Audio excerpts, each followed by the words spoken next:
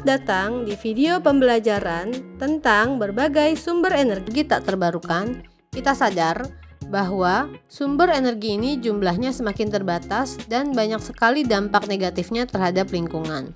Oleh karena itu, sumber-sumber energi lain harus dikembangkan untuk keberlangsungan hidup manusia. Sumber energi yang lebih ramah lingkungan dengan jumlah yang berlimpah.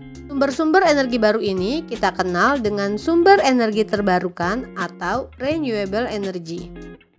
Sumber energi terbarukan atau renewable energy adalah sumber energi yang dapat dengan cepat diisi kembali oleh alam.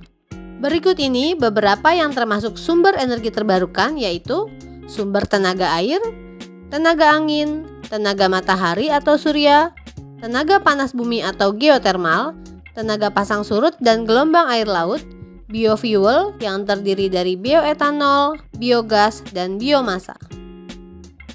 Sekarang, mari kita jelajahi satu persatu sumber energi terbarukan. Yang pertama, kita akan mulai dengan sumber energi air. Sumber energi air atau hydroelectric power adalah sumber energi yang memanfaatkan kekuatan air yang bergerak untuk memutar turbin untuk menghasilkan listrik. Pemanfaatan hydroelectric power ini sebenarnya sudah lama digunakan sejak berabad-abad yang lalu untuk menjalankan pabrik. Ada dua cara pemanfaatannya, yaitu dengan membangun bendungan dan membangun sistem aliran sungai yang memanfaatkan perubahan ketinggian sungai. Beberapa kelebihan penggunaan sumber energi air yaitu 1. Sumber energi air adalah sumber energi terbarukan. 2. Tidak ada polusi atau gas rumah kaca yang dihasilkan dari pembangkit listrik tenaga air atau PLTA. 3. Bendungan seringkali merupakan skema multiguna untuk membantu pengendalian banjir sebagai pasokan air dan irigasi serta menciptakan peluang rekreasi dan pariwisata. 4. Air dapat disimpan dan digunakan untuk menghasilkan listrik ketika permintaan tinggi. 5. Skema PLTA bersifat jangka panjang sehingga dapat diandalkan dalam waktu yang sangat lama. Kekurangan penggunaan sumber energi air yaitu 1. Pembangunan dan pemeliharaan bendungan sangat mahal dan akan mengganggu ekosistem sungai. 2. Bendungan membanjiri wilayah yang luas di belakangnya setelah selesai dibangun sehingga menimbulkan dampak sosial. 3. Bendungan juga menyebabkan konflik antar negara yang sungainya melintasi perbatasan internasional. 4. Sistem aliran sungai dapat mengganggu lingkungan sungai dan proses alam. Dan berikutnya adalah sumber energi angin atau wind power. Pergerakan udara yang dikombinasikan dengan rotasi bumi menimbulkan angin. Energi gerak atau energi kinetik pada udara yang bergerak ini dapat digunakan untuk memutar turbin dan menghasilkan listrik. Turbin angin menggunakan angin untuk menghasilkan listrik. Angin memutar kincir, kemudian memutar poros yang terhubung ke generator untuk menghasilkan listrik. Listrik kemudian dialirkan ke jaringan listrik. Ketika turbin berkumpul bersama, mereka dikenal sebagai ladang angin. Ini dapat berlokasi di darat atau di lepas pantai. Pembangkit listrik dengan sumber energi angin di Indonesia dikenal dengan istilah pembangkit listrik tenaga bayu atau PLTB. Kelebihan penggunaan sumber energi angin. 1. Energi angin merupakan sumber energi bersih dan terbarukan. 2. Turbin angin murah untuk dioperasikan setelah dibangun. 3. Tidak ada emisi karbon sehingga bermanfaat bagi kesehatan.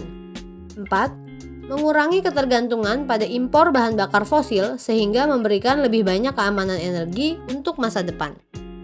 Kekurangan sumber energi angin. 1. Kalau tidak ada angin, maka tidak ada listrik.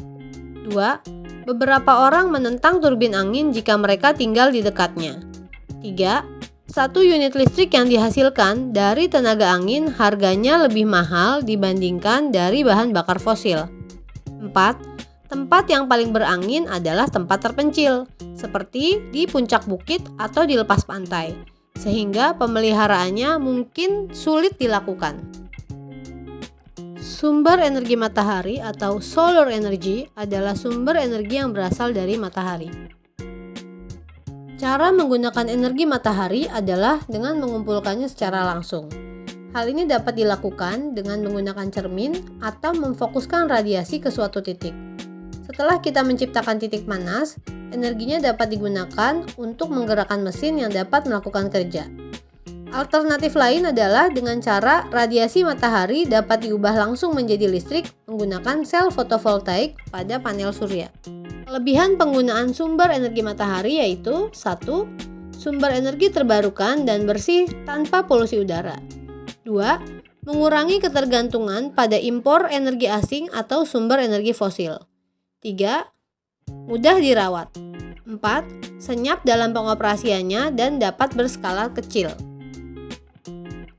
Kekurangan penggunaan sumber energi matahari. 1. Biaya pengaturan awal sangat tinggi. 2. Potensi tenaga surya bervariasi di setiap wilayah.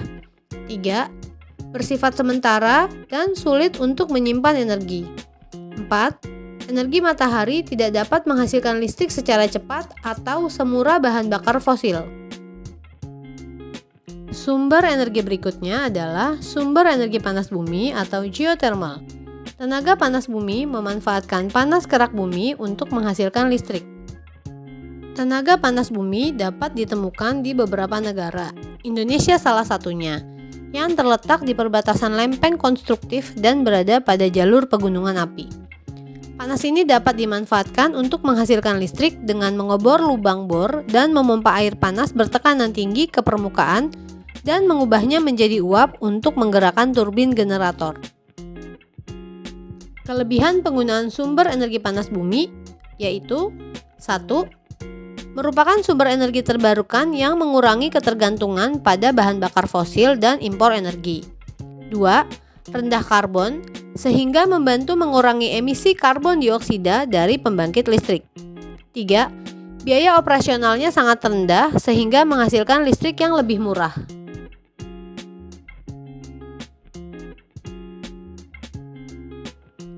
Sumber energi berikutnya adalah sumber energi gelombang dan pasang surut air laut atau wave and tidal power.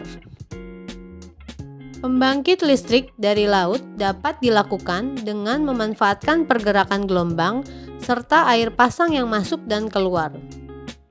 Ada 4 metode pemanfaatan gelombang dan pasang surut air laut, yaitu 1. Tenaga gelombang dekat pantai yang memanfaatkan energi gelombang saat gelombang pecah. 2. Tenaga gelombang lepas pantai yang memanfaatkan pergerakan gelombang di perairan yang lebih dalam. 3. Tenaga arus pasang surut, yaitu turbin yang memanfaatkan arus pasang surut. 4.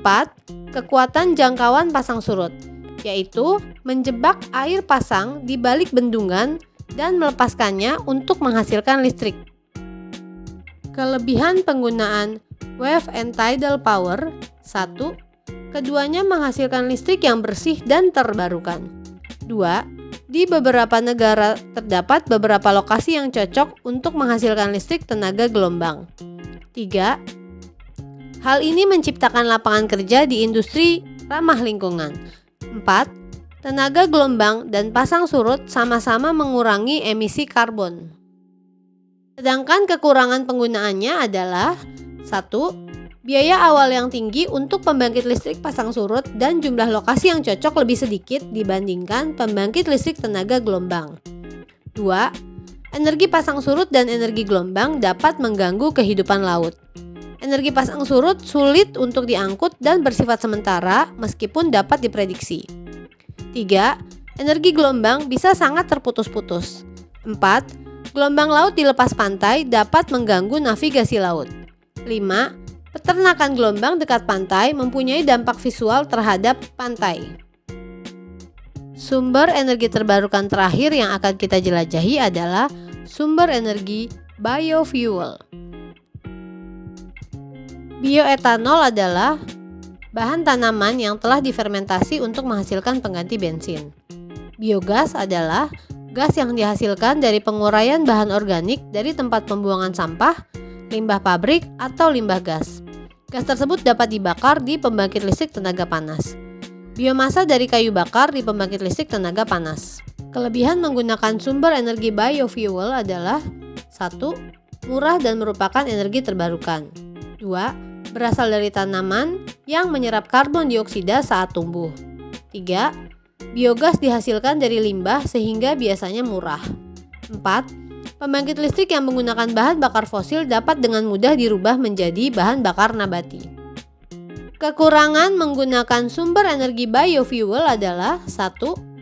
Pembakaran biofuel masih melepaskan karbon dioksida ke atmosfer. 2.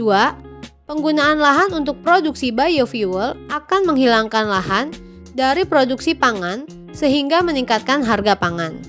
3. Penggunaan biogas dalam skala besar sulit dilakukan karena mengumpulkan gas tidak efisien. Demikianlah perjalanan kita tentang sumber energi terbarukan atau renewable energy. Penting untuk kita menggunakan energi dengan bijak dan memikirkan dampaknya terhadap lingkungan. Itu sebabnya penting untuk mengembangkan sumber energi terbarukan untuk menghasilkan energi bersih dan demi bumi yang lebih sehat. Setelah kita menjelajahi macam-macam sumber energi